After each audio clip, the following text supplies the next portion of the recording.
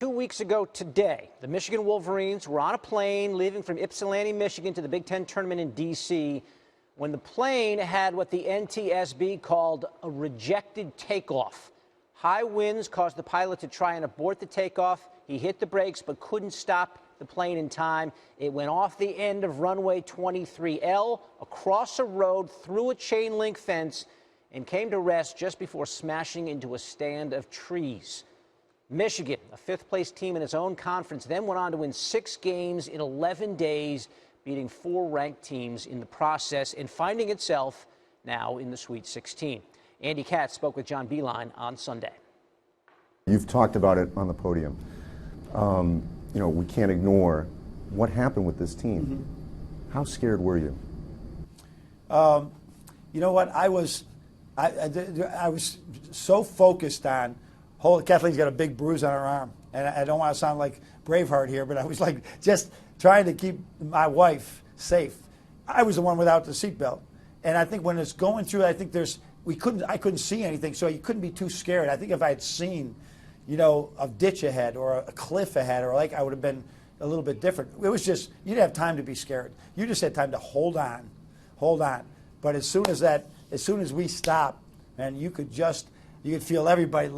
Let's evacuate, and everybody was just moving. So I think nobody was afraid. They were just, it's like a game. You're in a game, and you do not get nervous in a game. You just go and you execute what you have to execute. And that was it. First, try to keep Kathleen safe, keep myself there, and then, boom, let's get everybody off that plane. When I looked back at that plane, I saw it all banged up and everything. I said, wow, that could have flipped, and all kinds of things could have happened. In that moment of crisis and that chaos, how much do you think what you go through on a daily basis of dealing with the moment helps you in a crisis situation like that? Yeah, I think you deal with, I think Bo Schembechler called it sudden change, and he had his team always ready for a fumble, and okay, the defense on sudden change. We talk about it. I borrowed so many things from what his books have taught me. I never met the man, but since those type of principles, I think in sports, you're used to sudden change. You got a game one, and the guy throws in a buzzer beater. You're used to that, what was the old agony, the thrill of victory and the agony of defeat? You're so used to it that when things happen, I think we're a little calmer maybe, that somebody don't go through those highs and lows that we go through weekly. How much has this brought this group together?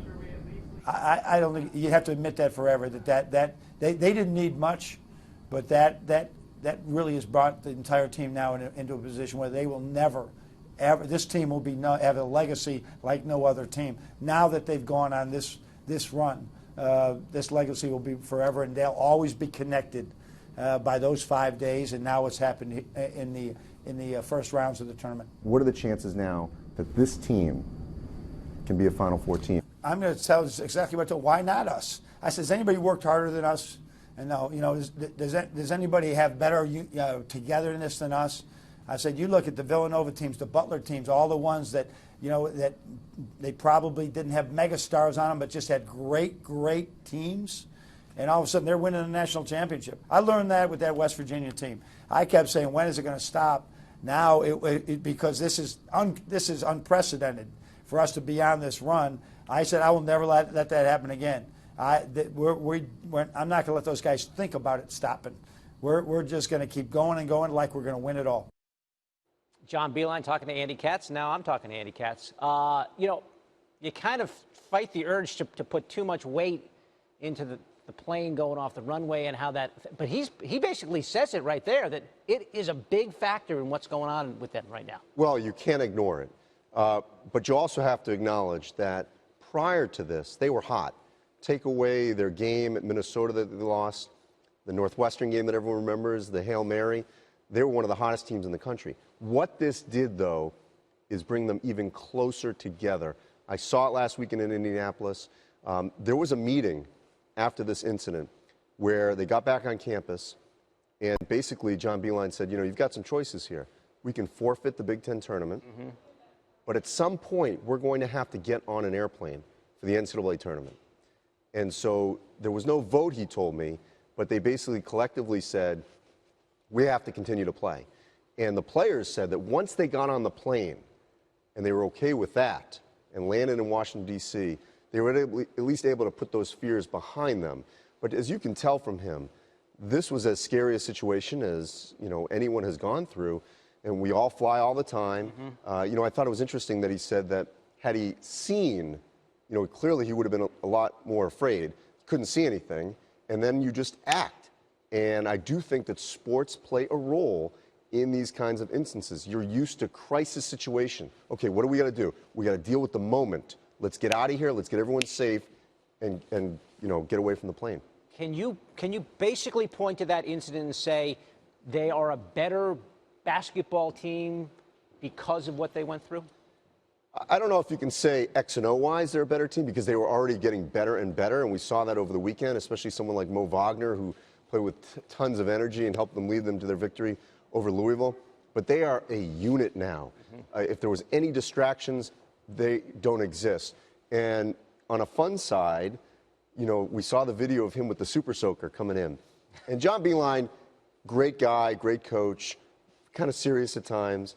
And that also, I think, let his guard down, that he was able to sort of behave like that. Yeah. And he told me it was his wife's idea to get the squirt gun. And we've seen a lot of coaches do these things in the locker room, but I do think that this has brought them incredibly close, and they can win the national championship. They really can. They're one of those teams.